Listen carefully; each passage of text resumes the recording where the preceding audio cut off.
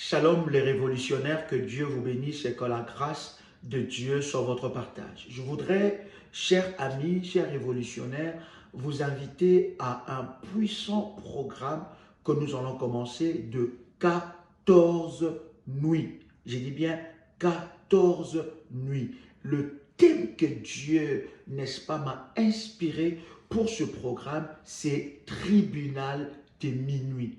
Tribunal de minuit ou bien tribunal de la nuit. Ça sera un programme de live sur notre chaîne Prière des Sentinelles Live tout le soir pendant 14 jours à partir de minuit 00 heure de Paris. Je serai en live avec vous et nous allons parler et partager ces choses exceptionnelles sur les tribunaux des minuit ou tribunal de la nuit. Il y a des choses puissantes et exceptionnelles. Nous aurons des services prophétiques que nous aurons à faire. S'il vous plaît, partagez cette information et dites à quelqu'un à partir de la nuit du dimanche 8 novembre au lundi, n'est-ce pas, 9 novembre, à partir de cette nuit-là, à minuit, je serai en live avec vous. Vous savez que nous avons maintenant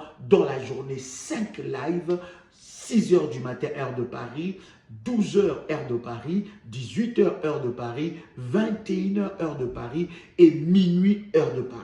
À partir de la nuit, je répète, à partir de la nuit du 8, donc dimanche 8 novembre au lundi, n'est-ce pas, 9 novembre à minuit, cette nuit-là, j'aurai une heure puissante avec vous où nous serons dans la présence de Dieu. Nous allons prier le Seigneur et nous partagerons pendant 14 nuits les tribunaux de minuit. Bien-aimés dans le Seigneur, ceux-là qui sortent la nuit pour te faire du mal, pour prendre ton nom, pour jouer avec ton destin, pour te bloquer, pour t'emprisonner, pour, n'est-ce pas, faire des incantations et des sortilèges, bien-aimés, nous allons les attaquer et nous allons le présenter dans le tribunal de minuit devant le trône de Dieu. Alors, je vous attends parce que ça sera puissant, ça sera glorieux. Je suis déjà prêt et je vous attends à ces puissants programmes parce que le Seigneur Dieu va se manifester d'une manière exceptionnelle. Si vous n'êtes pas encore abonné, abonnez-vous à cette chaîne Prière des Sentinelles Live et surtout cliquez sur la cloche de notification pour ne louper aucune de ces connexions puissantes dans la présence de Dieu. Que Dieu vous bénisse. Je vous attends et nous allons aller au tribunal de minuit. Que Dieu vous bénisse. Shalom chez vous. Dieu de l'apôtre Joël Kamba est vivant. Mais la première fois que j'ai levé l'autel pour le mariage, Dieu a agi. Mais pourquoi qu'est-ce qui me manque de lever encore l'autel? Mais bien aimé, j'ai appelé Daddy tout de suite. Les histoires de l'autel, ça agit. Que personne ne vous trompe. Hein? Il y a des gens qui pourront peut-être vous dire que non, écoutez, ce sont des... Non, rien. N'écoutez même pas. Si Dieu vous met à cœur de lever l'autel, faites-le. Faites-le, vraiment faites-le. Ça, c'est pas une blague. Je suis pas en train de commenter quelque chose que je n'ai jamais peut-être vu dans ma vie. Non, je vous dis des choses que j'ai vécues moi-même. Eh bien aimé, je suis contente. Je suis dans la joie. Une joie immense. Je suis dans l'allégresse. Car Yahweh m'a libéré. Sur la hanche, Daddy a crié en lingala dans ma langue maternelle. Singezate. Donc il a annulé. Bien-aimé dans le Seigneur, shalom, shalom, shalom. Je viens témoigner Dieu, le Dieu de l'apôtre Joël Kamba et de Maman Dolly pour tout ce qu'il a fait dans ma vie. C'est un Dieu vivant. Bien-aimé, je vous dis la vérité. Je suis tellement dans la joie et je ne sais même pas par où commencer, mais que le Saint-Esprit me donne la maîtrise pour vous parler, vous partager de ces témoignages. Bien-aimé dans le Seigneur, moi qui vous parle, j'ai été accablé, bloqué dans la malédiction de ma famille, des cycles maléfiques, des choses bizarres. Bien-aimé dans le Seigneur, il n'y a eu jamais le mariage dans ma famille. Je suis l'avant-dernière dans ma famille, dans une famille de six filles. Mais mes sœurs ne sont jamais mariées. Personne. On n'a même pas demandé, même pas une bague de fiançailles. Personne, mes bien-aimés. Mais un jour, je me suis dit, c'est pas normal. Ce que je suis en train de vivre, ce n'est pas normal. J'ai dit non. Je me suis révolté. Je suis rentré sur YouTube. J'ai vu une prière révolutionnaire. Pour moi, j'ai dit, prière révolutionnaire. Donc, il faut... Révolutionnaire, c'est intéressant le mot révolutionnaire. Et j'ai vu le sujet. Ce sujet-là, ça m'a vraiment... ça m'a épaté, quoi. J'ai dit, c'est un bon sujet, ça. Ça, c'est les combats spirituels. Déjà, les mots révolutionnaires, j'ai dit non. C'est du combat spirituel. C'est ce que je suis en train de chercher. J'en ai vraiment besoin. Je suis rentré sur la vidéo. Je priais tel que Daddy priait. Moi, j'étais là derrière, je priais. Je priais. Et après chaque vidéo que je regardais, il y avait toujours le numéro de téléphone à côté. J'ai pris ce numéro de téléphone, j'ai appelé. Et on m'a introduit dans la prière révolutionnaire. Et dans la famille révolutionnaire plutôt. Quand je suis rentré dans la famille révolutionnaire, je vous dis mes bien-aimés, je me suis donné à fond. Chaque prière qui rentrait, je participais. S'il y a jeûne et prière, je faisais. Tout ce qui se passait, je le faisais avec tout mon cœur. Et après, j'ai appris, il y avait des choses pour lever l'autel. En fait, je ne comprenais pas. C'est quoi lever l'autel? Pour moi, je me disais, lever l'autel, peut-être prendre une chaise ou chercher un coin dans la maison, dans une chambre, pour rentrer et prier tout le temps Dieu là-bas. Or, c'était pas ça. Il y a les jours où il y avait conférence à Morangis. Quand j'attendais les gens témoigner que non, j'ai levé mon hôtel, Dieu a fait ceci. J'ai levé l'hôtel, Dieu a fait cela. J'ai dit, il faut que moi aussi je puisse savoir, lever l'hôtel pour voir qu'est-ce qui se passe derrière cet hôtel. J'ai appelé Maman Dolly m'a expliqué. Et après le jour où il y avait conférence à Morangis, conférence où il y avait le prophète Jean Toto qui avait prêché. Ce jour-là, j'ai prié et j'ai levé mon hôtel. Je suis allé voir Daddy. Daddy m'a demandé, ma fille, que veux-tu que Dieu fasse pour toi? J'ai dit, Daddy, je veux le mariage. Excusez-moi avec la musique, c'est quelqu'un qui veut parquer sa voiture là en bas. Excusez-moi, en tout cas, ça ne vient pas de chez moi. C'est là en bas. Donc, je vais continuer, bien-aimé. Mais bien-aimé, j'ai payé, j'ai levé l'hôtel. Daddy a fait des déclarations. Ça, c'était au mois de février. La conférence était à Morangis. Daddy a fini de déclarer. Je suis rentré. Là, c'était au mois de février. En arrivant au mois de juin, mon mari a tout régularisé. Il a tout payé comme dot et tout. Et l'argent, et les biens matériels. Vous savez, chez nous, en Afrique, quand il s'agit de mariage, je vous dis, la dot, c'est tout un paquet. Si tu n'es pas prêt, il ne faut même pas oser. Donc, on a payé tout. On n'a même pas discuté. On a tout payé. Mon mari a tout payé. Et après, je me suis dit, après le mariage, c'est les enfants. Bien aimé dans le Seigneur. Avant ça, j'ai fait 2 fausses couches. 2 fausses couches, mais bien aimé, c'était pas facile pour moi. Je pleurais. J'appelais Maman Dolly à chaque instant. Maman Dolly, je pleurais, je vous dis. À larmes chaudes, comme dit notre Daddy.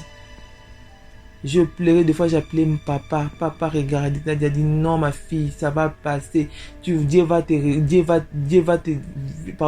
agir dans ta vie. Ne te fatigue pas. Et après j'ai pensé, j'ai dit non. Mais la première fois que j'ai levé l'autel pour le mariage, Dieu a agi. Mais pourquoi qu'est-ce qui me manque de lever encore l'autel? Mais bien aimé, j'ai appelé Daddy tout de suite. J'ai dit, Daddy, regardez, je vais lever mon hôtel. Daddy m'a dit, ok ma fille, il n'y a pas de problème. Il faut aller telle place. Je suis allé voir la sœur, Daddy m'a orienté chez la sœur Karine. Je suis allé voir la sœur Karine. C'était loin, ma bien-aimée. J'ai appelé la sœur m'a donné l'adresse. C'était tellement loin de là où j'étais. Mais je n'avais pas les choses sous le soleil accablant. Mais je suis parti. Et quand j'ai fini là-bas, j'ai appelé Daddy. Daddy, je te vous dis, je n'ai jamais entendu cette déclaration de prière. Il l'a déclaré tellement fort. il a déclaré. Et puis même, je lui ai dit, Daddy, écoutez, il y a quelqu'un qui a rêvé, il a rêvé pour moi que non, j'avais une corde sur la hanche. Daddy a crié en lingala dans ma langue maternelle, Singezate. Donc il a annulé ça, donc il a dit que non, il n'y a pas de corde, ma fille, tu es délivrée. Et je vois les bébés venir. Hey, c'était vraiment grave ce jour-là, la prière là. Je vous dis, mes bien-aimés, 2 semaines après, j'ai senti que j'étais enceinte. Mais vu que j'ai fait 2 fausses couches avant, j'avais toujours un peu d'inquiétude et tout. Mais tu sais que Dieu donne, il donne. Bien-aimé, c'est pour ça que je vous dis, bien-aimé, il faut témoigner quand Dieu veut créer quelque chose dans votre vie. Lever l'autel, ça joue, ça fonctionne. Bien-aimé, quand même la Bible dit, si Dieu bénit, ça ne se fait suivre d'aucun chagrin. Faut pas forcer les choses. Attends le temps de Dieu, c'est tellement merveilleux. Comme les Anglais disent, God's time is the best. Le temps de Dieu, c'est le meilleur. Bien aimé, je pleurais comme je sais même pas comment vous expliquer ça. Mais Dieu, il est tellement merveilleux, il m'a donné l'enfant. Bien aimé, ça ne veut pas dire que j'ai pas eu de combat. Il y a eu des combats, des menaces. Je vous dis des menaces. Mais j'étais toujours là en train de rappeler à Dieu l'autel que j'ai levé. Souviens-toi de l'autel que j'ai levé chez l'apôtre, ton serviteur, apôtre Joël Kamba. Je vous dis, quand je disais toujours ça, Dieu se souvenait de son alliance. Dieu se souvenait de son alliance. Eh bien aimé, je suis contente. Je suis dans la joie. Une joie immense. Je suis dans l'allégresse. Car Yahweh m'a libéré. Mon papa est fidèle. Il ne m'a abandonné jamais. Je n'ai plus rien à craindre. Car Yahweh m'a libéré. Bien-aimé, papa Joël, merci.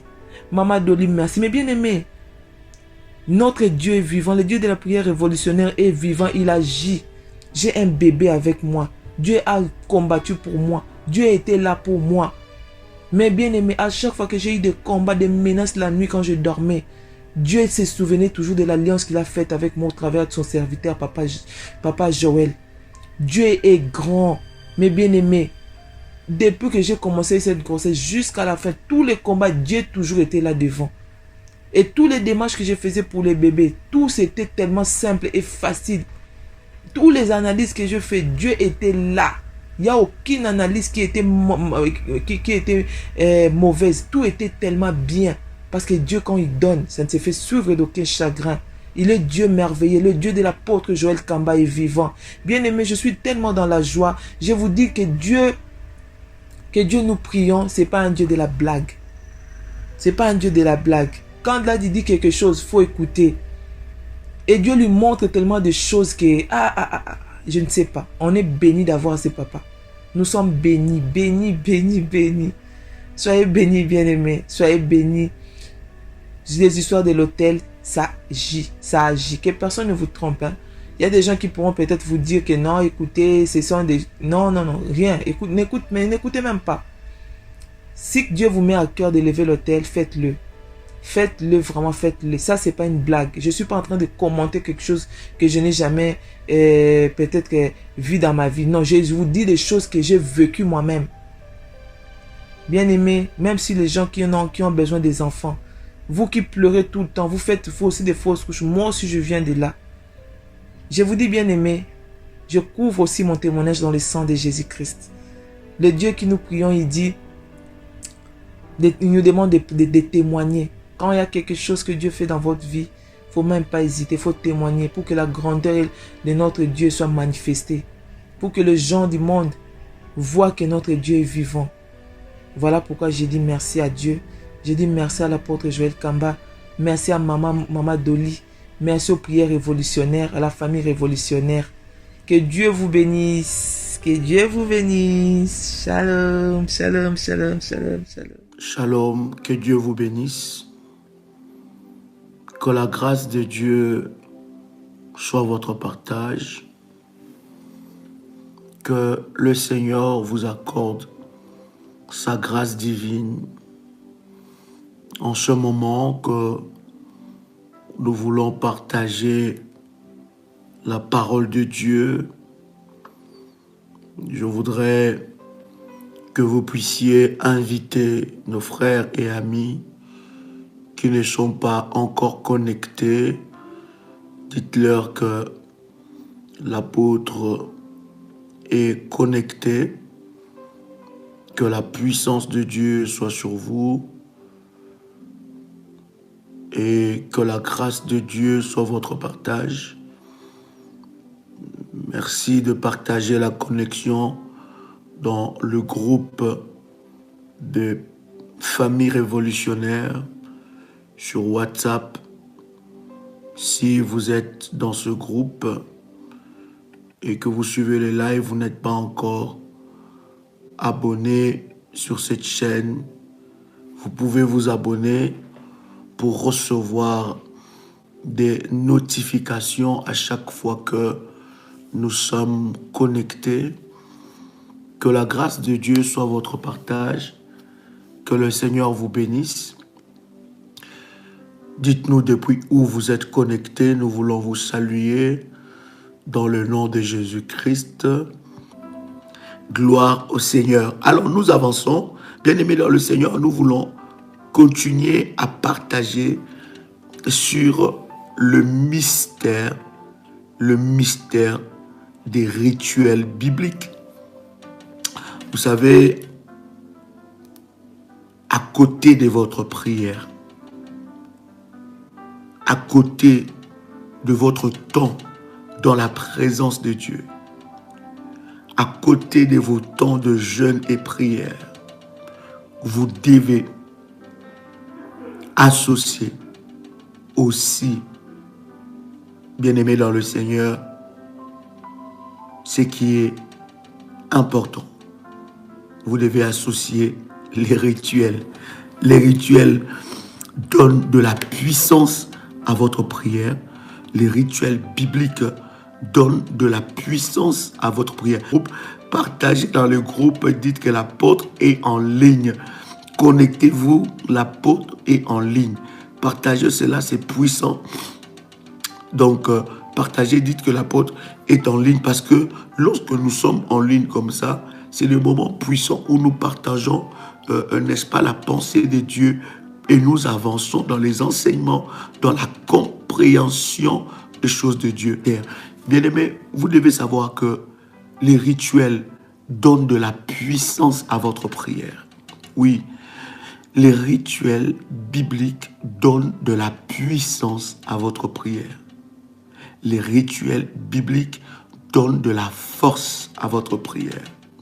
Les rituels bibliques boostent votre prière. Lorsque vous priez, lorsque vous cherchez Dieu, vous devez associer et appliquer les rituels bibliques.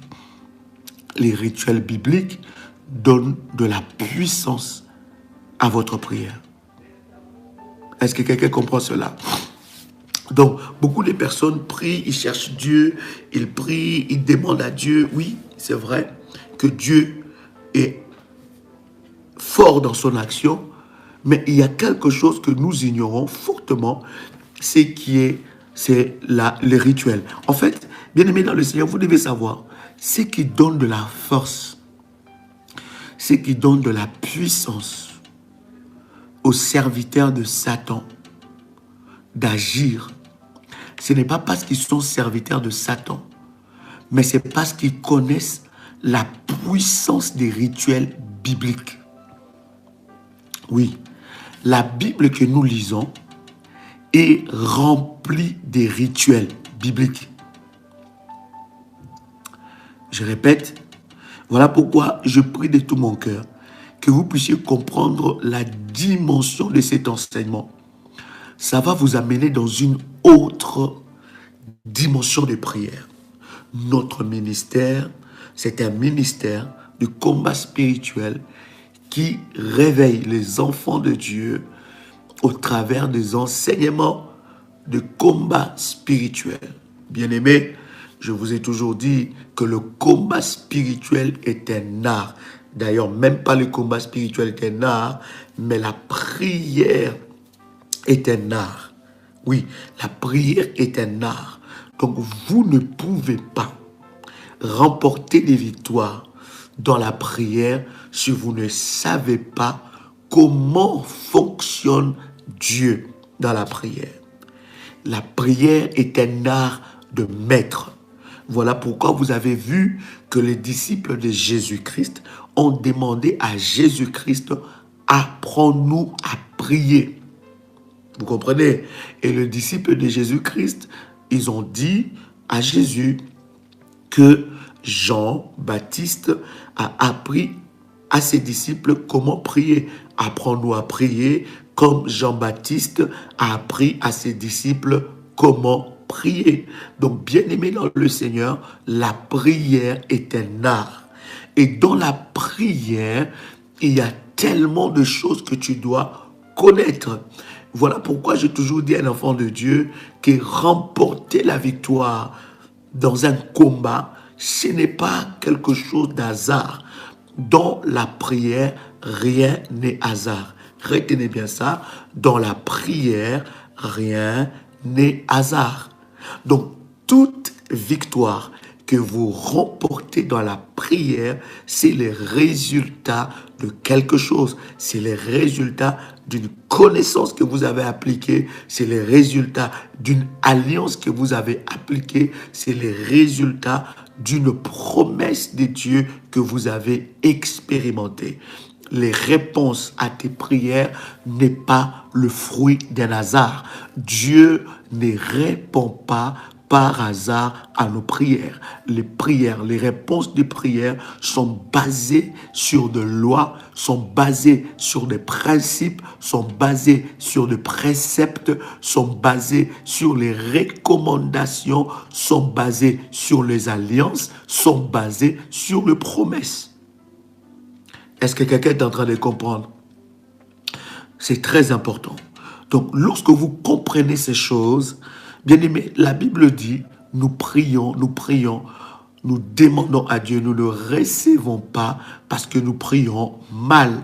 Le but de la prière révolutionnaire, c'est de vous ouvrir les yeux sur les réalités de la prière, que vous ne puissiez pas perdre du temps à beaucoup prier et pas voir les résultats, mais que vous puissiez prier sur le base biblique et sur le secret même de la prière. Donc, lorsque nous disons que la prière est un art, donc tout art doit être, n'est-ce pas, tu dois apprendre, doit être assimilé. Donc, on doit t'apprendre comment prier. On doit t'apprendre, par exemple, je donne un exemple simple. Quelqu'un qui prie, il demande à Dieu, Seigneur, bénis-moi financièrement. Seigneur, il rentre dans un jeûne de 40 jours. Seigneur, il rentre dans un jeûne de 60 jours. Il rentre dans un jeûne de 100 jours. Seigneur, bénis-moi financièrement. Bénis-moi financièrement. Non, bien aimé, le domaine, par exemple, de la prospérité ne répond pas à la prière. Quelqu'un a compris ça? Est-ce que quelqu'un est avec moi ici? Le domaine de la prospérité ne répond pas à la prière. Les domaines de la prospérité répondent à l'alliance. Alors, lorsque vous priez, il y a deux choses que vous devez savoir. La première des choses que vous devez savoir, c'est que l'alliance ne répond pas forcément, surtout dans ce domaine-là de la prospérité, ça répond par rapport à l'alliance. Non, écoutez, je vais bien m'expliquer pour que ceux qui sont encore en train de grandir ou ceux qui viennent de s'abonner comprennent. Il y a deux choses que vous devez savoir lorsque vous priez. Il y a les promesses et il y a l'alliance. D'accord? Les promesses et l'alliance. Les promesses, derrière chaque promesse, il y a une alliance. Les promesses et les alliances sont liées. Derrière chaque promesse de Dieu, il y a une condition. Derrière chaque promesse de Dieu, il y a une recommandation. Derrière chaque promesse de Dieu, il y a une alliance. Donc, lorsque, par exemple, je veux prier par rapport à une promesse de Dieu, Je vais demander à Dieu, Seigneur, donne-moi telle chose, fais pour moi telle chose. Parce que ta parole me l'a dit. Oui, c'est une promesse de la parole de Dieu. Mais derrière cette promesse de Dieu se cache une recommandation. Et ce que nous faisons, nous demandons des promesses à Dieu, mais nous oublions que derrière cette promesse-là, il y a une recommandation, il y a une alliance. Je dois savoir quelle est l'alliance qui fait fonctionner cette promesse. Voilà. Est-ce que quelqu'un m'a compris? Je dois demander, je dois savoir quelle est cette alliance qui fera fonctionner cette promesse. Ou quelle est cette recommandation qui fera fonctionner cette promesse. J'ai des problèmes d'argent. Financièrement, je suis bloqué. Je peux rentrer dans un jeûne de 100 jours, je ne verrai pas les résultats. Mais qu'est-ce qui fera que je puisse voir les résultats? C'est lorsque j'obéis à la promesse, non, lorsque j'obéis plutôt à l'alliance qui est liée à la prospérité. Dans l'alliance qui est liée à la prospérité, il y a des exigences que Dieu a établies. Et lorsque j'obéis sur ça, lorsque j'applique cette alliance-là, alors j'ai une base de données ou bien j'ai maintenant, comment expliquer ça dans un terme simple? J'ai maintenant des arguments pour aller demander à Dieu et revendiquer cela. Pourquoi? Parce que j'ai appliqué ma part d'alliance. J'ai rempli ma part d'alliance. Est-ce que quelqu'un m'a compris? Est-ce que quelqu'un m'a compris? Oui, donc je dois savoir, lorsqu'il y a une alliance de Dieu, une alliance, je dois savoir quelle est, plutôt lorsqu'il y a une promesse de Dieu plutôt, je dois savoir quelle est l'exigence de cette promesse. Quelle est l'alliance qui se cache derrière cette promesse-là? Quelle est cette alliance? Quelqu'un a compris? Non. Qu'est-ce que tu n'as pas compris, Corinne? Explique-moi. Qu'est-ce que tu n'as pas compris? Explique-moi, je vais t'expliquer. Dis-moi plutôt, je vais t'expliquer. Qu'est-ce que tu n'as pas compris? Si quelqu'un aussi n'a pas compris comme Corinne, dites-nous et nous allons vous expliquer. Voilà. Bon, donc, le résultat de prière n'est pas un hasard.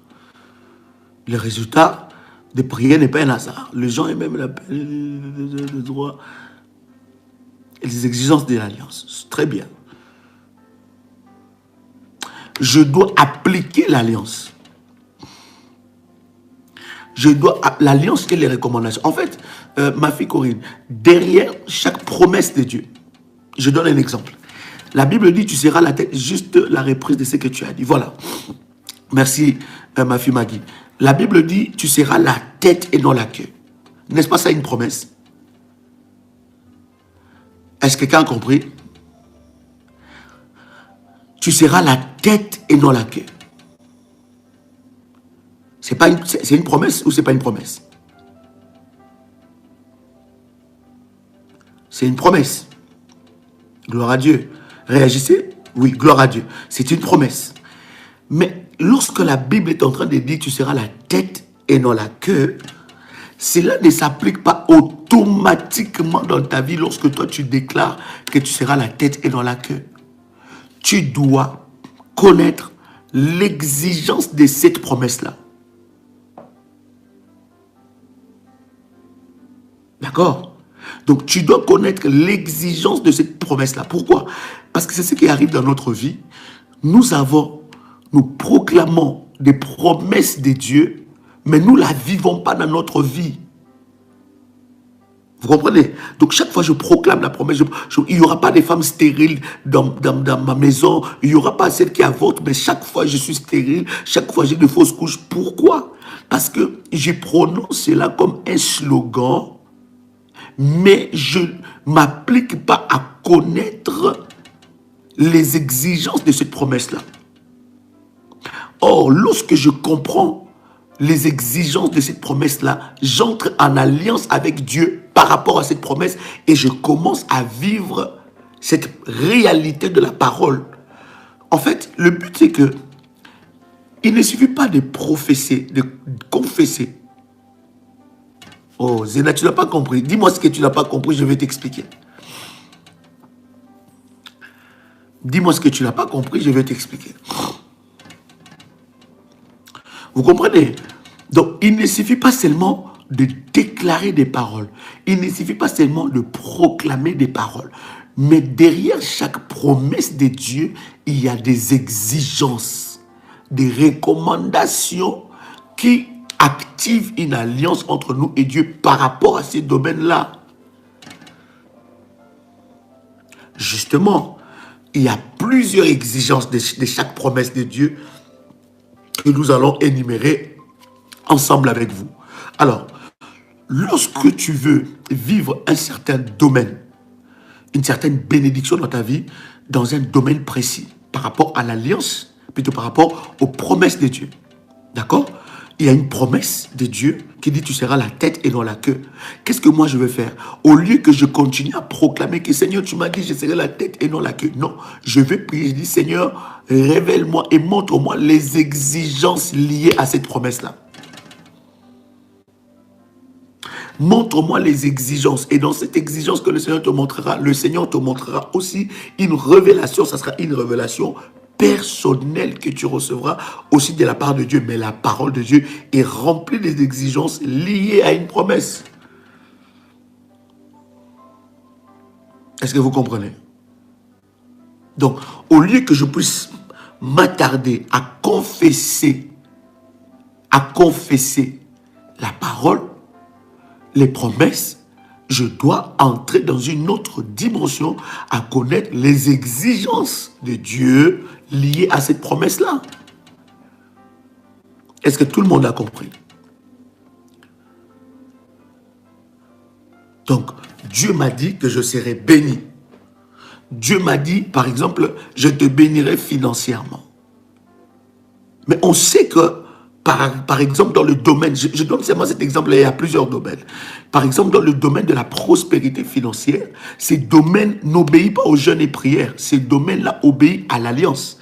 Donc, lorsque moi, je commence à appliquer mon alliance, en payant ma dîme, en étant fidèle à Dieu, en faisant des choses, des sémences devant le trône de Dieu, je donne juste cet exemple-là, je suis en train d'appliquer ma part d'alliance, et alors là, j'entre dans la présence de Dieu et je revendique ce qui est à moi, parce que j'ai appliqué ma part d'alliance.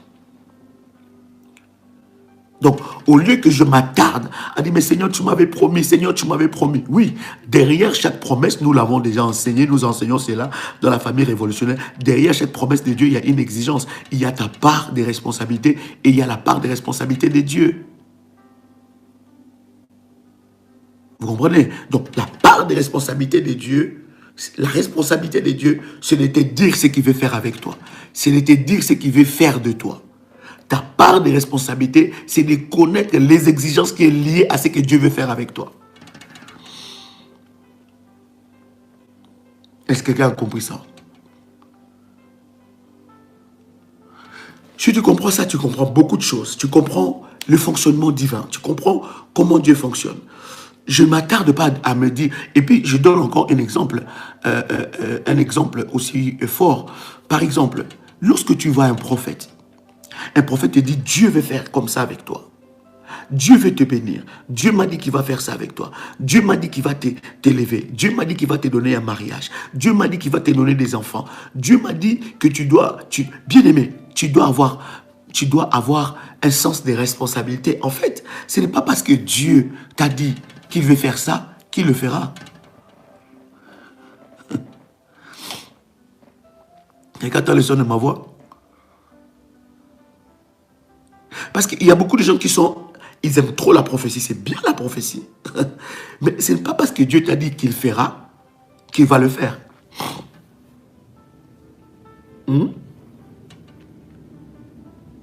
Est-ce que quelqu'un a compris quelque chose? Donc, lorsque Dieu te dit, on te donne une prophétie, Dieu va faire ça. Dieu va faire ça dans ta vie. Dieu va te montrer telle chose. Dieu va t'amener telle chose. Dans 3 ans, regarde ce qui va arriver. Dans 6 mois, regarde ce que Dieu m'a dit qui va arriver. Bien aimé, au lieu de te réjouir, ça doit te donner une forte responsabilité. Parce que derrière ce que Dieu a dit là, tu as des exigences. Donc, ne te fie pas sur la parole qui est professée déclaré sur toi, sur la parole qu'on a déclarée sur ta vie. Mais entre maintenant, Seigneur, par rapport à ce que tu m'as dit, quelles sont les exigences?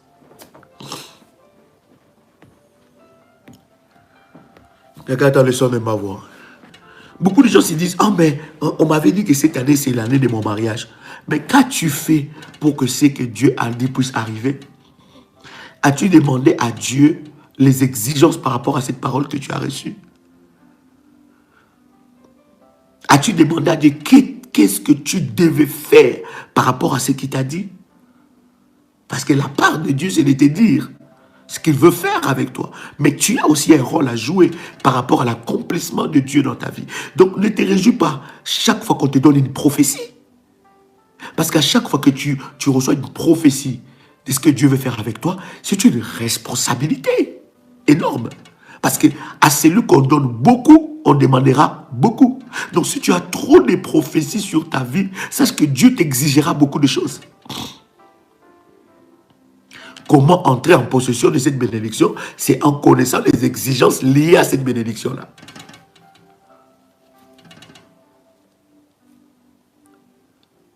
Est-ce que quelqu'un a compris ça?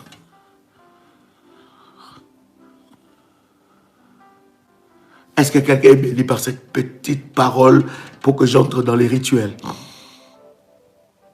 Donc, beaucoup de gens restent dans cette zone de confort en disant que, ouais, Dieu m'a béni, ouais, Dieu m'a dit que cette année, c'est mon année, Dieu m'a dit que cette année, c'est ça. Mais que fais-tu pour cela? La Bible dit que Dieu dit à Abraham, je pense que vous connaissez ces versets, on en a déjà parlé, ça c'est nos enseignements de tous les jours. Aidez-moi à avancer parce que j'ai des choses puissantes à vous dire là. Dieu dit à Abraham, il dit, la terre où tu te tiens, je te le donne, à toi et à ta postérité. Dieu parle, il donne sa part des responsabilités. Qu'est-ce qu'Abraham a fait? Il a bâti un hôtel là-dessus. C'est pas Dieu qui a dit à Abraham, bâtis-moi un hôtel. Parce que beaucoup de gens attendent qu'on leur dise bâtir un hôtel pour qu'ils bâtissent un hôtel. Non, c'est qu'il n'a pas encore grandi. Dieu a dit, je vous cherche la référence et puis nous passons vite parce que j'ai des choses puissantes à vous dire. Prenez avec moi Genèse chapitre 17. Genèse chapitre 17.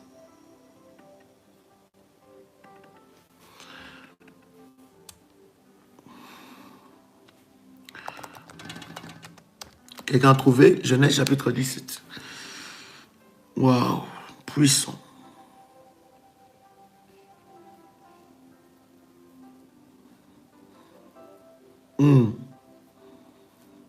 Commençons par le premier verset.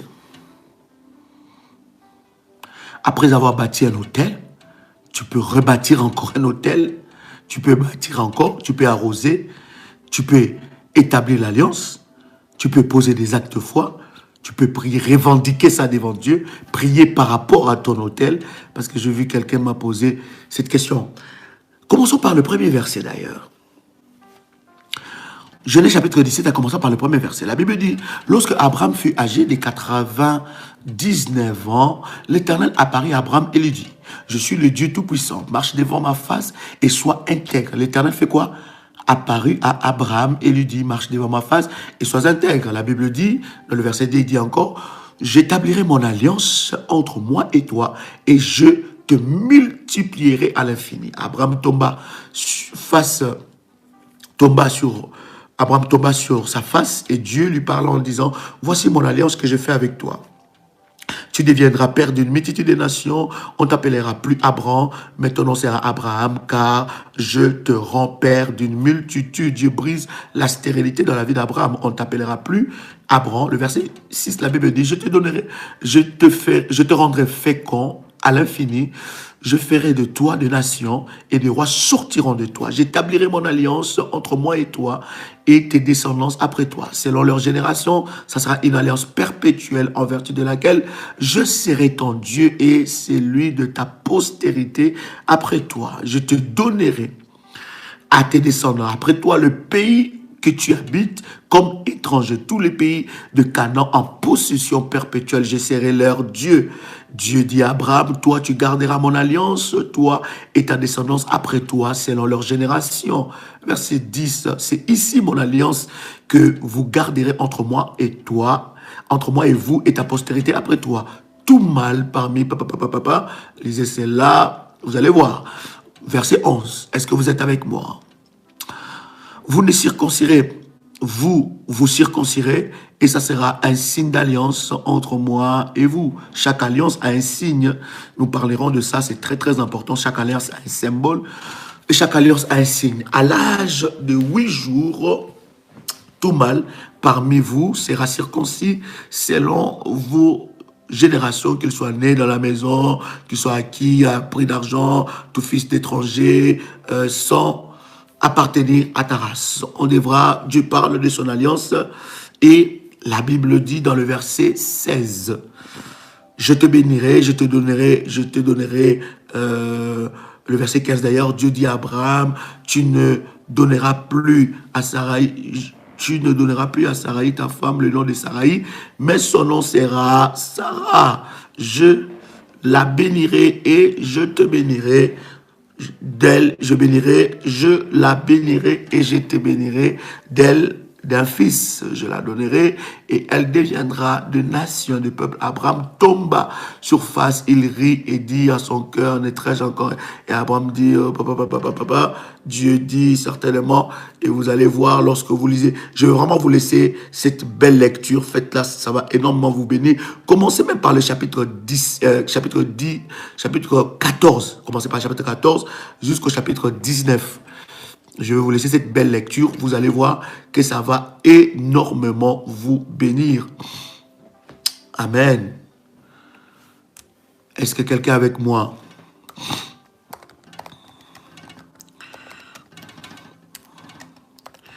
Est-ce que quelqu'un est avec moi? Est-ce que quelqu'un est avec moi? Gloire au Seigneur. Gloire à Jésus. Mandorobo Shandaraba. Gloire à Dieu. Donc vous commencez même à partir du chapitre 13. À partir du chapitre 13 jusqu'au chapitre 19, vous allez voir des choses extraordinaires. D'accord? Le Seigneur vous... En fait, vous allez voir le fonctionnement d'Abraham. À chaque fois, Abraham recevait une promesse. Il recevait une parole de Dieu. Abraham scellait cette promesse et cette parole par un autel. En fait, Abraham a compris le fonctionnement des dieux. Abraham est le père de notre foi. Abraham, si tu commences même par le chapitre 13 ou chapitre 12, d'accord? Si tu commences par le chapitre 12, où Dieu est en train de se manifester à Abraham, jusqu'au chapitre 19, tu vas voir que des chapitres 12 au chapitre 19, Abraham a bâti plusieurs hôtels dans un même domaine. Il a bâti plusieurs hôtels jusqu'à... Il a bâti plusieurs hôtels dans un même domaine. Abraham connaissait le fonctionnement de Dieu. À chaque fois que l'Éternel apparaissait à Abraham, à chaque fois que Dieu parlait à Abraham, à chaque fois que Dieu établissait une alliance, à chaque fois que Dieu parlait, il donnait une promesse à Abraham. Abraham élevait un hôtel pour faire sa part des responsabilités. Donc, j'ai toujours enseigné, bien aimé dans le Seigneur, recevoir une promesse de Dieu. Cela ne veut pas dire que cette promesse-là va s'accomplir. Tu as ta part des responsabilités. Voilà pourquoi lorsque tu reçois, par exemple, une parole de révélation à l'église, dans la présence de Dieu, tu dois aller sceller cette parole-là. C'est ta part des responsabilités. Beaucoup de gens, lorsqu'on déclare une parole ou une promesse ou une prophétie sur leur vie, et ça, c'est notre habitude. C'est comme ça que nous avons grandi dans la foi. À chaque fois qu'il y avait une parole de bénédiction qui était déclarée sur notre vie, nous allons sceller cette parole par une offrande parce que c'était un point de contact, c'était le signe, un point de contact par rapport à cette parole-là. À chaque fois qu'on allait rendre visite ou visiter un homme de Dieu, ce sont des pratiques de la Bible. À chaque fois qu'on allait visiter ou aller au rendez-vous d'un homme de Dieu, on apportait un point de contact pour sceller les paroles qui vont être déclarées. C'est ma part des responsabilités. Et voilà pourquoi vous allez voir que ceux qui ont compris, ceux qui sont matures spirituellement, ils ne peuvent pas entrer dans le bureau ou aller rendre visite à un homme de Dieu comme si c'était son ami, comme si c'était... Non, non. Il va sceller quelque chose par rapport à l'onction que cet homme a, par rapport à la grâce que cet homme a. Et si tu reconnais que cet homme est un canal de bénédiction pour toi, tu vas sceller. Pourquoi? Parce que ça va activer quelque chose dans ta vie. À chaque fois que tu reçois une parole de grâce, à chaque fois que tu reçois une parole de bénédiction, ne reste pas là, dis seulement Amen, gloire à Dieu, tu acclames le Seigneur. Non, bien-aimé dans le Seigneur, il y a des choses que nous devons connaître. Il y a la part de l'homme de Dieu, il y a la part de Dieu avec son serviteur et il y a la part il y a ta part. Ça veut dire quoi? Lorsque Dieu te parle au travers de son serviteur, Dieu a déjà activé ce qu'il veut faire avec toi. Il a déclaré. Maintenant, Dieu regarde ta réaction par rapport à ce qu'il veut faire avec toi. Il regarde, quelle est ta réaction? Comment est-ce que tu réagis après avoir reçu une bénédiction de la part de Dieu? Il y a des personnes, on ne peut pas forcément te pointer du doigt, te dire que non, ma soeur ou mon frère, voilà, cette parole c'est pour toi. Non, lorsqu'on est en train de prêcher, une parole touche ton âme et ton esprit, bouscule ton esprit, tu dois sceller. C'est une signature, tu dois sceller cela par une offrande. Dans ton assemblée, dans ton église, là où tu vas, ou dans des conférences que tu assistes, ne laisse pas une parole de Dieu rester comme ça. Non, non, lorsqu'une parole est déclarée, mon frère Jean-Claude Dorival, ce n'est pas notre débat, s'il vous plaît, nous parlons de rituel biblique. Je reviendrai sur ça et nous en parlerons. Ça, il s'agit de l'alliance que Dieu a fait avec Abraham. Comment, voilà.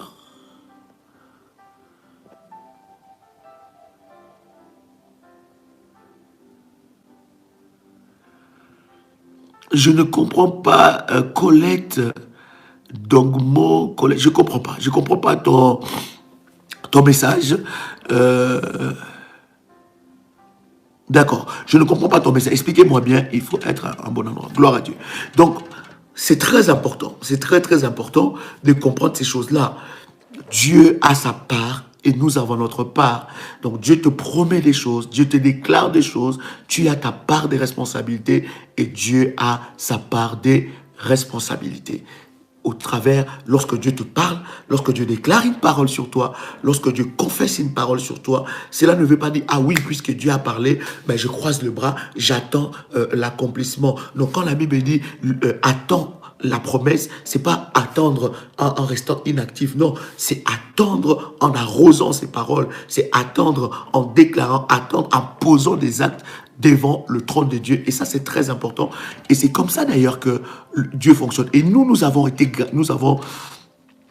grandi comme ça. Nous avons appris. Mon père spirituel, le révérend Corneille Tchanga, m'a appris à arroser chaque parole qui sort de la bouche d'un homme de Dieu. Parce que c'est Dieu qui parle. Et je fonctionne comme ça. Même quand je reçois un invité, d'abord, cette parole-là, c'est ma parole. Donc, je scelle cette parole. Je peux même sceller... Pour ceux qui sont à la réunion avec moi et ceux qui ils savent comment je fonctionne. Je peux même sceller 20 fois une parole, même 10 fois une parole. Si cette parole-là, c'est ma parole. Et surtout, si on déclare une parole sur moi, sur mon ministère, je ne reste pas là à dire gloire à Dieu. Non, bien aimé, ça, ce n'est pas comprendre le fonctionnement de Dieu. Alors, rituel biblique. Beaucoup de personnes me posent la question, c'est quoi un rituel? C'est quoi un rituel biblique finalement? Est-ce qu'un rituel, c'est pas quelque chose de satanique? C'est pas quelque chose de maléfique? Quand on parle rituel, ça frôle toujours quelque chose de satanique, de sorcellerique, parce que c'est eux qui font des rituels. Non, prenons la définition des rituels. Rituels, ce sont de gestes. D'accord? Rituels, ce sont de gestes, ce sont de symboles. D'accord? En fait, chaque chose que tu fais dans la prière, dans la présence de Dieu, active un rituel biblique. Je veux aller doucement avec cet enseignement parce que je veux que tu comprennes des choses. À chaque fois que nous serons en live, je parlerai jusqu'à ce que tu comprends et que tu puisses grandir dans la foi. Les rituels, ce sont des gestes. Je donne un exemple. Lorsque je prie, et je suis en train de battre le main. Hein? Est-ce que vous êtes avec moi? Lorsque je prie et je suis en train de battre les mains, c'est un rituel. Est-ce que vous savez ça? Est-ce que vous savez que prier en battant les mains est un rituel?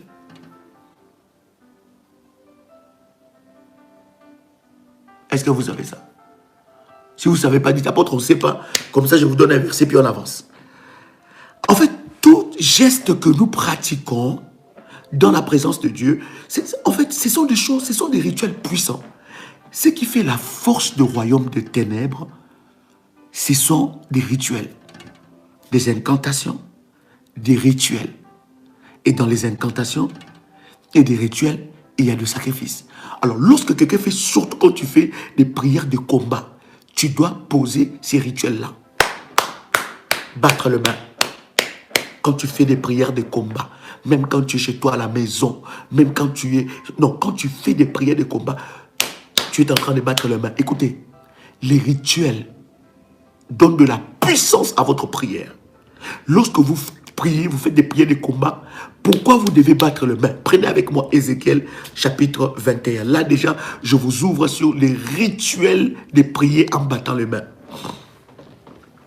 Les rituels de prier en battant les mains. C'est très important. Là, je suis déjà en train de vous ouvrir les yeux sur les rituels de prier en battant les mains. Et je vais vous donner aussi un verset qui va... Vous savez, la fois de Dieu, nous avons parlé d'Ézéchiel chapitre 4. Beaucoup de gens ont ouvert les yeux. C'est puissant. Mais prenez avec moi Ézéchiel chapitre 21.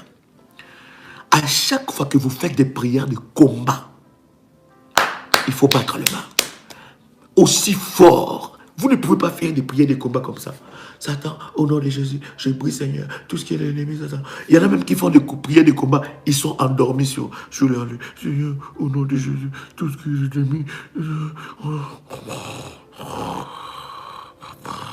Et tu commences à dormir. Non, bien aimé. Des prières de combat à des normes. Les prières de combat à des normes bibliques. Il y a des personnes qui... Oui, ils dorment comme ça, ils prennent le coussin, tout ça, l'oreiller même. Ils prennent des oreillers, puis mettent ça bien.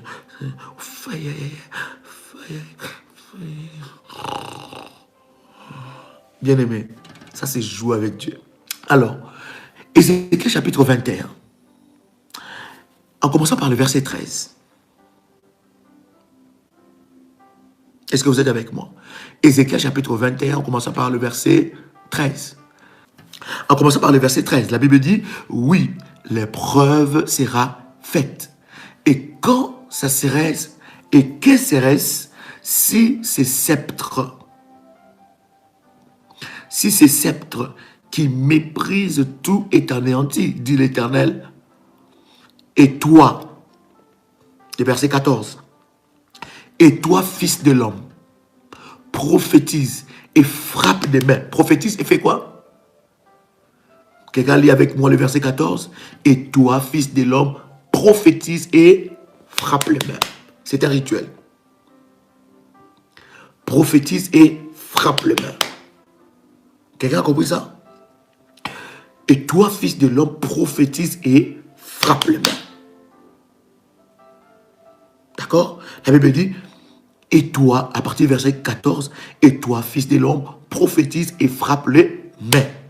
Donc, à chaque fois que je fais des prières d'autorité, à chaque fois que je fais des prières de déclaration, je dois faire quoi? Frapper les mains. C'est un rituel hautement biblique de la délivrance. Le verset 14, et toi, fils de l'homme, prophétise et frappe les mains, et que le coup de l'épée soit doublé, soit triplé. C'est l'épée du carnage, c'est l'épée du grand carnage. L'épée qui doit le poursuivre. Wow! My God! Vous comprenez, bien aimé, à chaque fois que tu pries et tu frappes les mains, en fait, tu es en train d'utiliser l'épée. La Bible dit, tu actives l'épée du carnage. À chaque fois que tu pries et tu frappes les mains, tu es en train d'activer l'épée du grand carnage. Et la Bible dit, frappe le main et que le coup de l'épée soit doublé, soit triplé. Donc à chaque fois quand tu fais des prières d'autorité, des prières de prophétie et tu frappes les mains, bien aimé, tu es en train de doubler les coups de l'épée. Donc quand tu es en train de faire des prières d'autorité et de prophétiser sur ta vie, de déclarer des paroles sur toi, bien aimé, quand quelqu'un te regarde, il va dire que toi tu as la sorcellerie. Ils vont dire que non, non, non, non, non. Dans vos églises là, on vous rend fou. Ils ne connaissent pas. Ils ne connaissent pas les réalités. Vous comprenez? Ils ne connaissent pas l'art de la guerre. Hein? Dans votre version, il est écrit quoi, ma fille Rosalie Ndiaye? Dis-moi, c'est quoi écrit dans ta version même? C'est écrit quoi dans ta version? Mabroko Sabrasaka. Partie du verset 14. À chaque fois que tu frappes les mains, en faisant des prières d'autorité, bien-aimé dans le Seigneur, tu es en train de doubler l'épée de Dieu. En fait, non seulement, un, tu actives l'épée de Dieu, deux, tu doubles l'épée de Dieu. Quand tu pries, en frappant tes mains, au nom de Jésus, prophétise. Eh my God, dis-moi Rosalie, tu prophétises, tu diras, c'est quelle version même de la Bible? Alléluia. Ah. Chez toi, c'est dans le verset 19. Hein? Voilà. Regarde bien, dans d'autres versions, il y a quelqu'un qui m'écrit. Dans d'autres versions, c'est Ézéchiel, chapitre 21, verset 19. Waouh. Vous comprenez? Lorsque, oui, dans d'autres versions, c'est le verset 18 ou le verset 19. Donc, lorsque tu frappes le main, tu actives l'épée du carnage. Vous comprenez? Lorsque tu frappes le main, tu actives l'épée du carnage. Verset 15, la Bible dit quoi? Verset 15, la Bible dit, pour jeter l'effroi dans le cœur, pour multiplier les victimes à toutes leurs portes, je les menacerai de l'épée. Ah, elle est faite pour étinceler, elle est aiguisée pour massacrer. Est-ce que tu sais que lorsque tu fais des prières de combat et de prophétie. Prière de prophétie, c'est quoi? C'est des prières de déclaration prophétique. Je suis béni de Dieu. La maladie ne me vaincra pas. Ça, ce sont des prières de déclaration prophétique. La maladie ne me vaincra pas. Je ne suis pas maudit. La malédiction de mon père ne me vaincra pas. La malédiction de ma mère ne me vaincra pas. La malédiction de ma soeur ne me vaincra pas. C'est lui qui m'a maudit dans ma famille. Aujourd'hui, j'enlève. Ça, ce sont des prières de déclaration. Quelqu'un a compris ça? Prophétique. Je ne serai pas terrassé par les sorciers de ma famille. Je ne serai pas terrassé par les sorciers de ma famille. Je déclare, je ne serai pas terrassé. Ce sont des prières de déclaration prophétique. Est-ce que quelqu'un comprend ce que je suis en train de dire?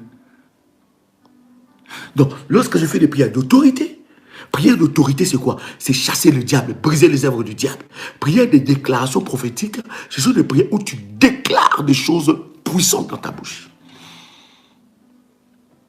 Donc, lorsque tu vas et que tu vois quelqu'un prier en battant les mains, il ne faut pas dire, oh là là, elle aussi elle exagère, ça me fait mal aux oreilles. Non, bien aimé, il est tenté de faire un rituel. C'est un rituel biblique. C'est un rituel biblique. Parce qu'à chaque fois que tu parles, tu frappes le main, tu es en train de battre le main, tu actives l'épée de Dieu, tu actives les grands carnages, et la Bible dit, tu es en train d'interceller l'épée. L'épée est préparée pour le massacre. Vous allez partir dans la maison d'un kemboiser, d'un gars des affaires, d'un sorcier, d'un ganga, d'un marabout. On va vous faire danser, on va vous enlever les habits, on va vous dire fais ça, on va vous donner des choses à boire, on va vous donner des choses à vous laver avec, ou ils vont vous laver. Bien aimé, ce sont des rituels. Et ces rituels-là donnent accès aux esprits. À chaque fois que tu fais un rituel biblique, tu donnes accès à la puissance de Dieu d'entrée. À chaque fois que tu pries en faisant des rituels, ne chasse pas les démons comme ça. Démon, au nom de Jésus, pars maintenant, s'il te plaît. S'il te plaît, va chez le voisin. Va chez le voisin. Non, non, démon, tu m'as trop envoûté là maintenant. C'est fini, c'est trop. Va chez le voisin. Non.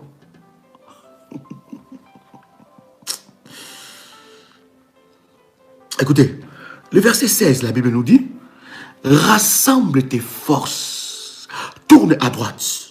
Verset 16. Rassemble tes forces, tourne à droite. Place-toi, tourne à gauche. Dirige de tous côtés ton tranchant. Qui est en train de diriger les tranchants? Ce n'est pas Dieu, c'est toi.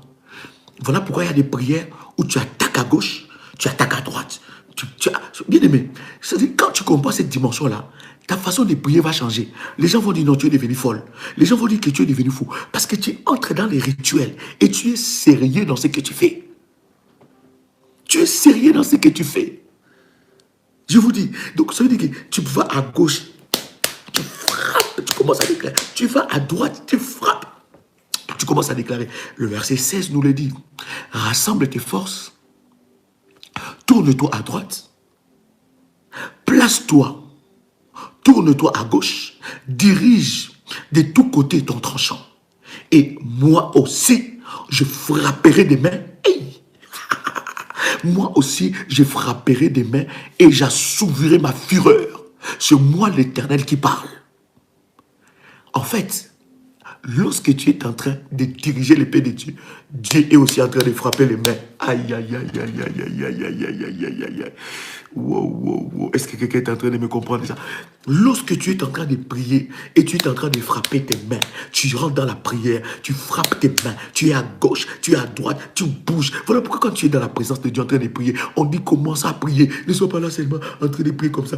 Et beaucoup de gens sont comme ça. Quand on est en train de faire des prières d'autorité, ils ouvrent les yeux. Tu regardes qui? Tu regardes qui? Quelle erreur de faire une prière aussi puissante et tu ouvres les yeux. Tu regardes. Je n'ai jamais compris les chrétiens. C'est seulement quand il faut faire des prières puissantes là. C'est là que tu ouvres les yeux. C'est là que tu penses que on a dépassé l'heure. C'est là que tu dis, est-ce que j'ai bien fermé la porte de la voiture ou la portière de la voiture ou pas? C'est là que tu te dis, quand je suis sorti, est-ce que la clé, je l'ai laissée à l'intérieur ou à l'extérieur? C'est là que tu te dis, maman, j'ai laissé mon téléphone. C'est là que tu te dis, j'ai laissé mon téléphone au salon et mon mari va arriver au travail avant que je puisse finir la prière. Donc, Seigneur, faille à que ce téléphone-là soit caché. Non, bien aimé. Je ne comprends pas les chrétiens. Lorsqu'il faut prier, c'est là où leurs yeux s'ouvrent. Bien aimé, je vous dis, croyez-moi, à chaque fois que tu ouvres les yeux quand tu pries, sur 99%, c'est la distraction. Sur 99%, c'est un esprit de distraction. C'est un esprit de distraction. Beaucoup de gens sont conduits par les esprits de distraction comme ça. Ils sont distraits. Donc c'est là quand tu commences à faire des prières de combat, et c'est là maintenant qu'il ouvre les yeux. Satan, c'est comme si tu le vois en face des... Mon Dieu, mon Dieu, mon Dieu, mon Dieu, mon Dieu. Est-ce que quelqu'un est béni ici? Pourquoi tu ouvres les yeux? Rentre dans la dimension de la colère spirituelle. Écoute, tu ne peux jamais vaincre le diable si tu n'as pas une sainte colère en toi. Tu dois avoir une sainte colère, fermer les yeux, commencer à briser. Parce que quand le diable t'attaque, il ne joue pas. Voilà pourquoi dans ces 3 programmes que nous avons, 4 programmes que nous avons, le 21 à Bruxelles, le 22, le 23 en Hollande, le 29 à Paris, bien aimé, les 5, les 6, les 7 en Martinique, la semaine qui suit en Guadeloupe, bien aimé, on ne rigole pas. Les 11, les 12, les 13 en Guadeloupe, on ne rigole pas. La Bible dit, quand tu frappes le maire, tu actives l'épée de Dieu. Et c'est toi qui vas diriger l'épée de Dieu. Voilà pourquoi, lorsque tu vois quelqu'un faire des prières d'autorité, quand tu dis, ah non, lui, il exagère. Il exagère. C'est quoi ça? Maintenant, il commence maintenant.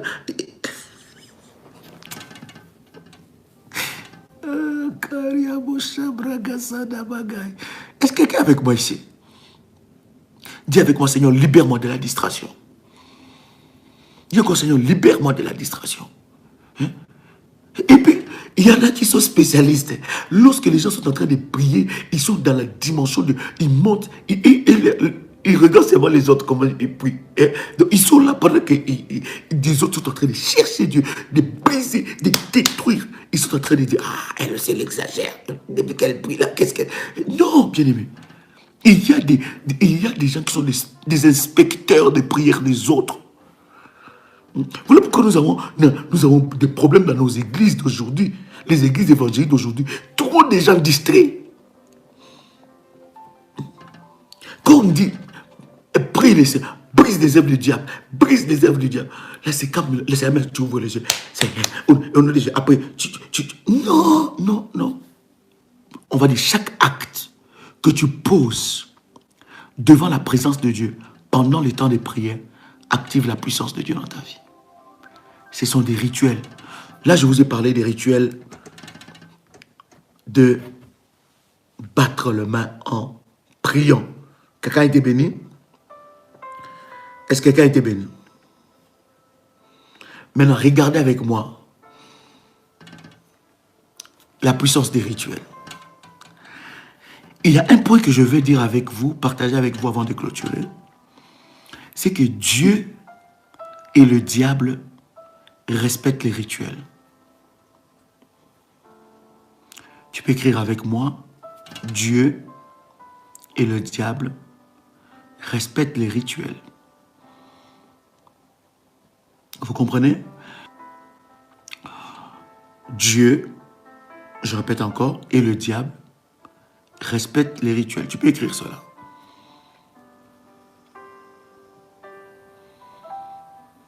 Dieu et le diable respectent les rituels. Deuxième des choses que tu dois savoir sur le rituel, les rituels, un rituel est toujours annulé par un rituel.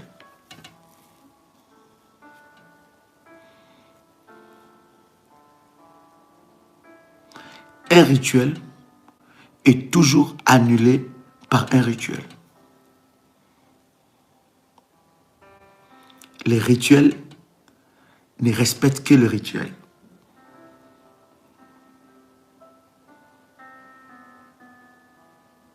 Un rituel est toujours annulé par un rituel et les rituels ne respectent que les rituels. Prenez maintenant avec moi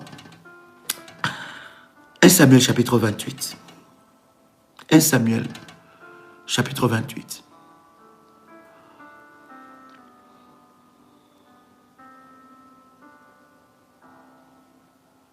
C'est très important ce que nous sommes en train de partager. 1 Samuel chapitre 28. Quelqu'un a trouvé? 1 Samuel chapitre 28.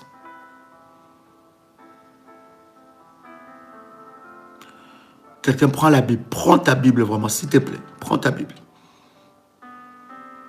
Prends ta Bible. Je te prie de prendre ta Bible et de lire avec moi 1 Samuel, le chapitre 28.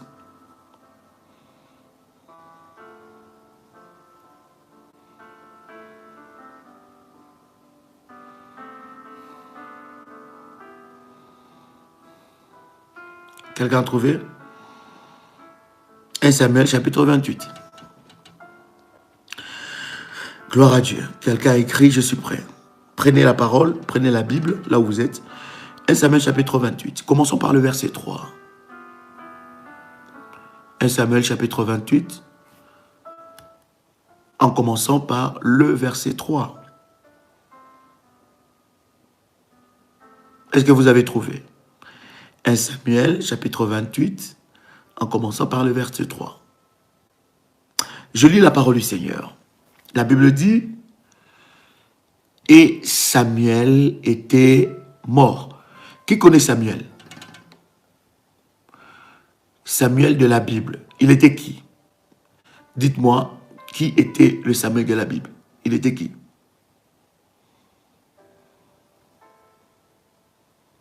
Samuel de la Bible était qui? Samuel était le fils de Anne. Oui. Il était encore qui? Le fils de Anne, oui. Samuel était encore qui? Fils de Anne. Il était prophète, gloire à Dieu. Il était prophète. Il était fils de Anne. Il était sacrificateur. D'accord? Je répète, Samuel était le fils de Anne, prophète, sacrificateur. 3 choses. Donc ça veut dire, fils de Anne, Samuel. Vous connaissez l'histoire de Anne, n'est-ce pas? Deuxième des choses, il était prophète. Troisième des choses, il a succédé à Élie, le sacrificateur. Donc Samuel était souverain sacrificateur. Et dans la parole de Dieu, dans la théologie, Samuel était parmi les prophètes majeurs de la Bible. Parce que la Bible a des prophètes majeurs, il y a des prophètes mineurs. Pas majeurs par rapport à l'âge, mais majeurs par rapport à l'onction ou le manteau prophétique qu'il avait, par rapport au mandat qu'il avait de la part de Dieu. Est-ce que quelqu'un a compris? Est-ce que jusque-là ça va? Réagissez comme ça en avance. Est-ce que jusque-là ça va? Gloire à Dieu. Alors, le verset 3, la Bible dit, et Samuel était mort, et tout Israël avait mené deuil sur lui, et on l'avait enterré à Rama dans sa ville. Et Saül avait ôté du pays les invocateurs et les devins. Verset 4. Plongeons dans l'écriture. Plongeons dans l'écriture. Le verset 4. Et les Philistins se rassemblèrent et vinrent camper à Sunem, et Saül rassembla tout Israël, et ils campèrent à Gilboa. Et Saül vit les camps des Philistins, il craignit et son cœur trembla fort. Et Saül consulta l'Éternel, et l'Éternel ne lui répondit point, ni par les songes, ni par Urim, ni par les prophètes. D'accord? Verset 7.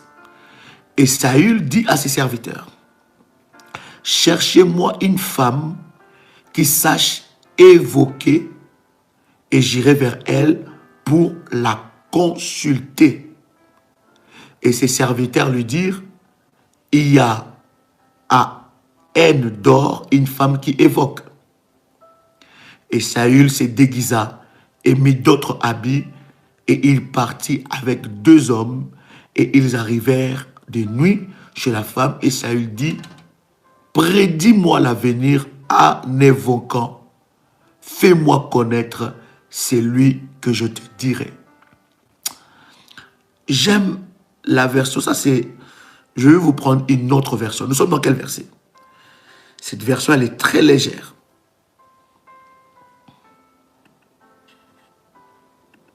Nous sommes dans quel verset?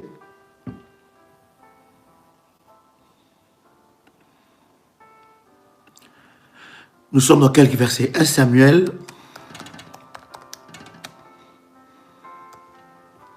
Nous sommes dans le verset 8. Est-ce que vous êtes avec moi?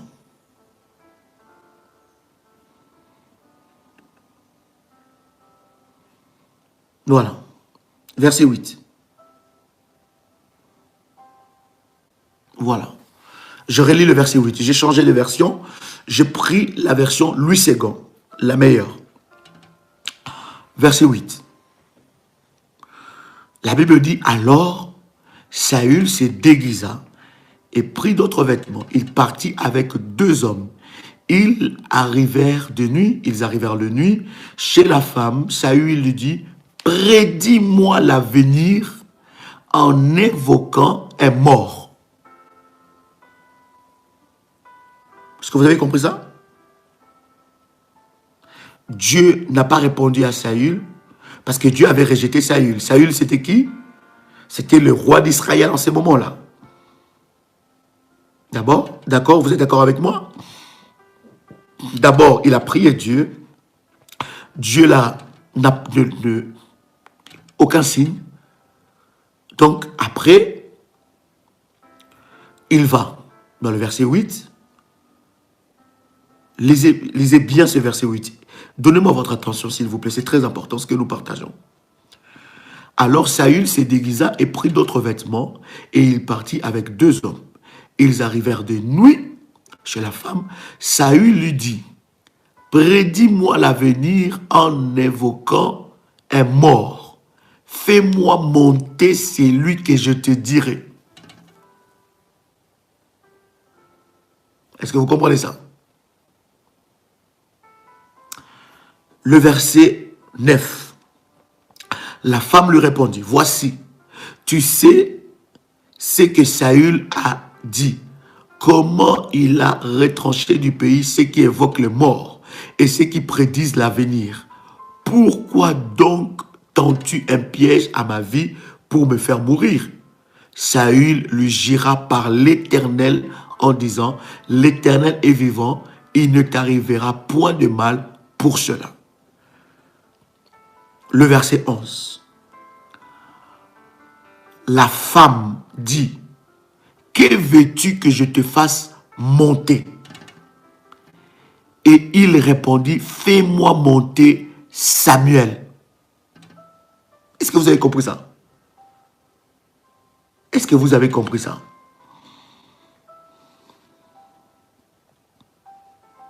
Nous sommes au verset 11 déjà.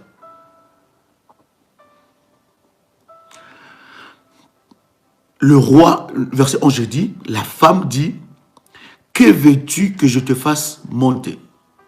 Qui veux-tu plutôt que je te fasse monter? Il répondit, fais-moi monter Samuel. D'accord? Lorsque la femme vit Samuel, elle poussa un grand cri et elle dit à Saül, pourquoi m'as-tu trompé? Tu es Saül.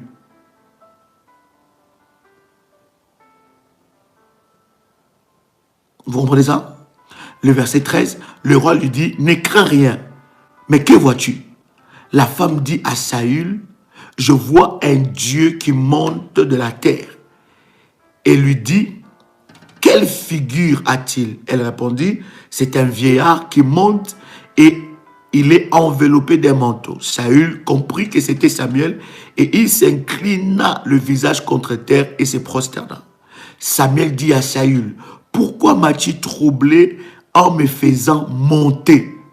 Saül répondit, je suis dans une grande détresse, les Philistins me font la guerre et Dieu s'est retiré de moi. Et il ne m'a pas répondu ni par les prophètes, ni par les anges. Et je t'ai appelé pour que tu me fasses connaître ce que je dois faire. Samuel dit, pourquoi donc me consultes-tu puisque l'Éternel s'est retiré de toi, qu'il est devenu ton ennemi? L'Éternel te traite comme tu l'avais annoncé de sa part, comme je te l'avais annoncé de sa part. L'Éternel a déchiré la royauté d'entre tes mains et l'a donnée à un autre, à David. Est-ce que vous avez compris ça? Je baisse un peu le volume, c'est très fort. Est-ce que vous avez compris cette lecture-là ou pas? S'il vous plaît, ne soyons pas distraits.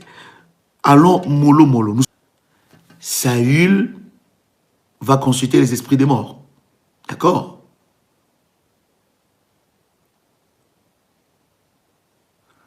Voilà, Corinne m'a posé la question, est-il possible d'invoquer les morts?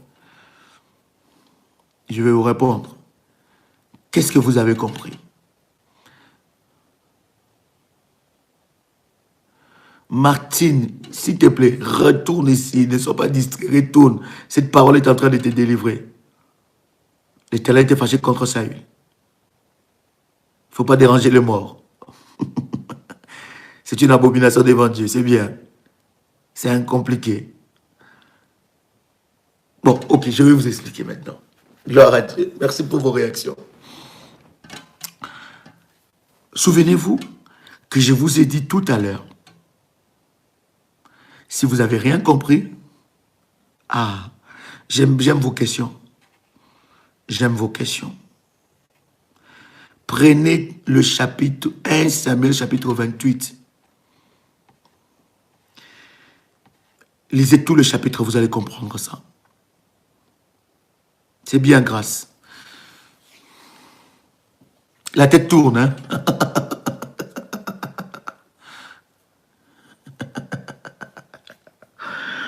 My God. Ok, je vais vous expliquer. Je vais vous expliquer maintenant. Écoutez-moi maintenant comment je vais vous expliquer.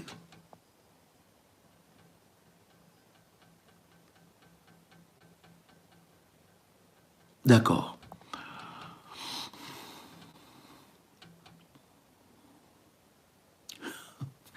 Alors, c'est bien. Maintenant, écoutez-moi, je vais vous expliquer. Ok. Dans ce chapitre-là, la Bible nous parle de quelque chose de fort. C'est pour cela, tout au début, avant de lire ce chapitre, je vous ai dit qu'un rituel n'obéit qu'au rituel, et pour annuler un rituel, il faut un autre rituel. Donc, pour annuler un rituel maléfique, il faut un rituel biblique. D'accord? La Bible nous parle d'une histoire vraie. Cette histoire, Saül, rejeté par Dieu, Saül, avant, il avait demandé qu'on puisse tuer toutes les personnes qui invoquaient les morts, qui allaient consulter les morts. Parce que d'ailleurs, la Bible nous dit Dieu a en horreur ces choses. Je vais d'abord répondre à cette première question. Consulter les morts est une abomination. Quelqu'un a compris ce que je dis? Consulter les morts est interdit par Dieu. Pourquoi? Parce que il y a un piège dedans. Lorsque tu vas demander un service à Satan, le diable te fait contracter une alliance sans que tu le saches. Donc, toutes les personnes qui sont allées demander de l'aide à Satan, le diable a conclu avec eux une alliance sans qu'ils le sachent, une alliance maléfique qui a hypothéqué leur vie jusqu'à 4 générations. D'accord? Donc, consulter les morts est interdit. La Bible nous l'interdit complètement. Deuxième des choses, Saül va consulter une femme. Cette femme-là invoque le mort. Mais mon problème, c'est là que je vais vous expliquer sur le rituel biblique. Sur les rituels, parlons seulement de rituels. Saül va consulter une femme qui invoque le mort. Vous comprenez ça?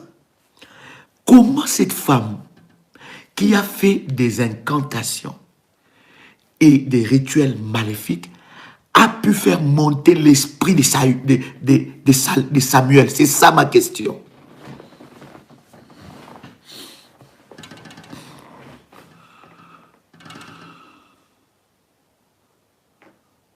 Vous comprenez? Comment cette femme qui a fait des incantations maléfiques a pu faire remonter l'esprit d'un roi de Dieu? Comment? Comment cette femme, la Bible est claire, cette femme-là a pratiqué un rituel. Et dans les systèmes de rituels, les rituels respectent les rituels. Souvenez-vous du point que je vous avais dit. Je vous ai dit, Dieu et le diable respectent les rituels. Est-ce que vous comprenez ça? Cette femme, par la sorcellerie, a pu faire remonter l'esprit d'un roi de Dieu. Et Saül a parlé avec Samuel. Quoique Samuel était mort, il a parlé avec l'esprit de Samuel. Il n'y a pas de choses à chercher à midi à 14h là. C'est clair. La Bible a dit qu'il a parlé avec Samuel. La Bible n'a pas dit, parce que la Bible ne ment pas. La Bible n'a pas dit que c'était un esprit qui ressemblait à un esprit de Samuel. Si c'était un esprit qui ressemblait à un esprit de Samuel, Dieu allait dire, la Bible allait dire, c'est un esprit qui ressemble à un esprit de Samuel. Écoutez, Si on a fait un rituel contre vous, que vous priez, que vous ne priez pas, que vous cherchez Dieu, que vous ne cherchez pas Dieu, si vous ne connaissez pas la dimension des rituels, ces rituels-là peuvent parler contre vous et peuvent agir contre vous. Aïe. Je sens que je vais révolutionner quelqu'un ici. Je veux que tu puisses grandir. Il y a des personnes, tout ce qu'ils font dans leur vie ne marche pas. Pourquoi? Parce que chaque nuit, les esprits maléfiques ou des sorciers font des rituels. Voilà pourquoi tu dois fermer ton esprit, barricader ton esprit. Il y a des rituels bibliques que la Bible nous montre comment barricader son esprit. Parce que, écoutez bien, il y a des personnes, ils dorment. Un sorcier peut faire un rituel. Parce que les rituels respectent les rituels. Seuls les rituels puissants sont capables d'annuler les rituels faibles. Or, nous les chrétiens, nous avons la force et la puissance dans les rituels. Parce que tout ce que le diable fait, il a volé auprès de Dieu. Et il a rendu ça d'une façon maléfique. Vous êtes d'accord avec moi? Comment il a pu faire monter l'esprit de Samuel?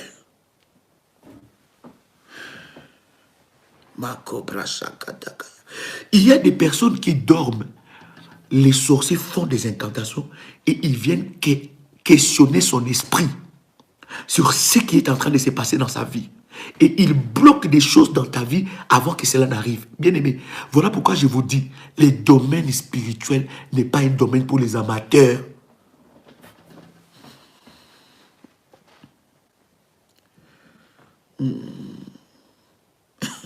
Les gens aiment comment faire. Je vais vous dire, écoutez d'abord ce que je vous dis là. Hein? Si, bien aimé, écoutez, si on a fait remonter l'esprit d'un saint homme de Dieu, toi-même tu as dit, hein, quand je t'ai posé la question, tu as dit que Samuel était le fils de Anne, Samuel était sacrificateur, Samuel était prophète. Comment cette femme, par des rituels maléfiques, il a fait remonter l'esprit d'un saint homme de Dieu? Il a dérangé l'esprit de Samuel. Et Samuel a parlé avec Saül. Samuel qui était mort, il a parlé avec Saül.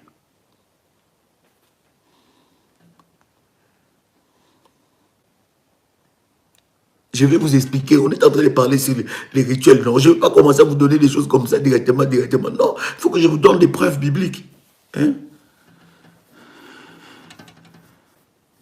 Vous comprenez bien aimé, les domaines spirituels est complexe. Lorsque tu ne grandis pas spirituellement, bien aimé, le diable va jouer avec toi tout en ayant ta Bible. Un rituel, voilà pourquoi je te dis, au-delà de ta prière, rajoute les rituels. Un rituel n'obéit qu'au rituel. Or, toi, tu as le Saint-Esprit, toi, tu as la puissance de Dieu. Et les rituels, il y a des rituels bibliques ici. Mais je veux aller doucement avec toi pour que tu grandisses, hein, pour que tu comprennes le domaine du combat spirituel. Il y a des pratiques bibliques. Il y a des personnes où leur vie ne fonctionne pas. Pourquoi? Parce que leur esprit est questionné toutes les nuits. Toutes les nuits. Toutes les nuits. On parle à ton esprit. Je vais vous donner beaucoup de formules bibliques pour barricader votre esprit. Fermez votre esprit. Déjà, la première des choses, je vais vous expliquer. Mais c'est vraiment, c'est long. Hein? C'est long à vous expliquer. La Bible dit, Osée 4:6, ma fille, Maryse, mon peuple périt parce qu'il manque de connaissances. Première des choses qui peut barricader votre esprit, je vais vous donner des détails. C'est prendre la Sainte Seine tous les jours. Manger le corps et boire le sang. Ça, Samuel n'avait pas ça encore. Parce que le mystère de la Sainte Seine a été fait après Samuel. Deuxième des choses, c'est oindre continuellement. Continuellement. Quotidiennement. C'est oindre par l'huile d'onction. Je vais maintenant aller dans les détails. Ça, je vous ai donné. Hein, je ne vais pas aller maintenant. Apôtre, comment prendre la Sainte Seine tous les jours? Pourquoi prendre ça? Je vais vous répondre après. Parce que si je commence là maintenant, on ne va pas finir. L'apôtre doit aller prendre du temps de prier. Est-ce que vous avez compris ce que je vous ai dit là? Un rituel ne respecte qu'un rituel. Voilà pourquoi, bien aimé, c'est que je suis en train de vous dire. Le diable prend... voilà, les services de faille à ma fille. Le diable prend de la hauteur sur toi. Parce que tu n'as pas la connaissance des choses. Là où tu n'as pas la connaissance, tu as l'ignorance. C'est là où le diable prend le dessus. Il prend le pouvoir sur toi. Il te contrôle, il te domine, il te dirige. Quelqu'un, quand il fait un rituel maléfique contre toi, si toi, tu n'es pas un homme et une femme de prière et de rituel, je vais vous montrer des versets bibliques où vous allez voir des choses bizarres. Ça, c'est déjà quelque chose de bizarre. Comment on peut faire monter l'esprit de Samuel? Un rituel ne respecte que le rituel. Cette femme-là a fait des incantations. Voilà pourquoi, bien aimé, si tu as déjà été dans la maison d'un devin, bien aimé, tu dois voir un saint homme de Dieu qui puisse te déconnecter parce que tu es resté là-bas. Tu y es resté. Tu as laissé quelque chose là-bas. Si tu as déjà consulté, tu as déjà appelé pour consulter, tu as déjà cherché, bien aimé, tu y es resté là-bas. Tu y es resté prisonnier de cet hôtel maléfique. Est-ce que vous comprenez ça? Donc, les gens aiment, les gens sont champions dans les slogans. Non, non, non, non, c'est pas vrai. Satan, tu peux pas. Bien aimé, ne sois pas dans ça. Tu dois connaître comment fonctionne. Voilà pourquoi moi, je n'aime pas prier sans voir les résultats. Quand il y a quelque chose, il y a une alliance qui a été faite dans ma famille, un rituel maléfique qui a été fait dans ma famille, je dois l'annuler par des rituels. Des rituels bibliques. Nous en parlerons mollo mollo. Il y a beaucoup de rituels. Il y a au moins plus d'une vingtaine de rituels bibliques qui vous connectent à une gloire extraordinaire.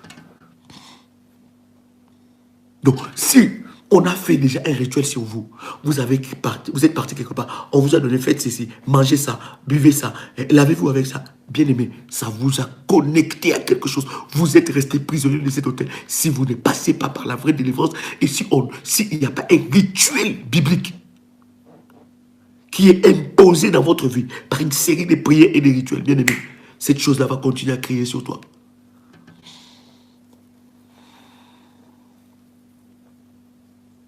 Ton esprit doit être barricadé. Voilà pourquoi, après cette histoire-là de Samuel, il n'y a jamais une histoire comme ça dans la Bible.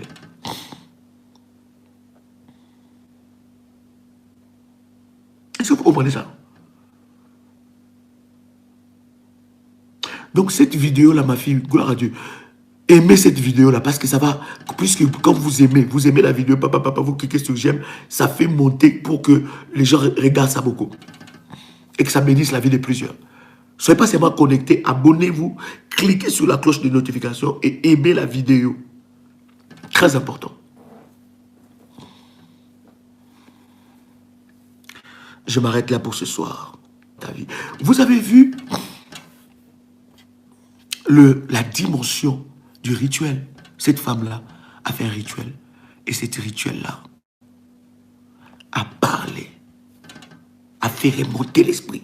Parce que les rituels, il y a un principe fortement spirituel. Les rituels ne respectent que les rituels. Tu peux barricader ton esprit. On peut vouloir te chercher dans un miroir magique. On te cherche, paf, on voit le sang. Parce que tu es un homme et une femme de sang. Un homme et une femme de sang, c'est qui? C'est celui qui mange la Sainte Seine tous les jours. Il a le sang de Jésus en lui. Il est un mort vivant. Il est mystérieux. Il est surnaturel. Les gens n'arrivent pas à le comprendre. Tantôt il est vivant, tantôt il est mort. Tu viens le chercher la nuit, tu le vois mort. Tu essayes comme ça, tu vois les sangs qui sortent. Tu essaies de les toucher, tu vois la croix de Jésus. Tu essaies de les toucher, tu vois l'eau qui est en train de sortir. Pourquoi? C'est un homme et une femme de prière et de rituel.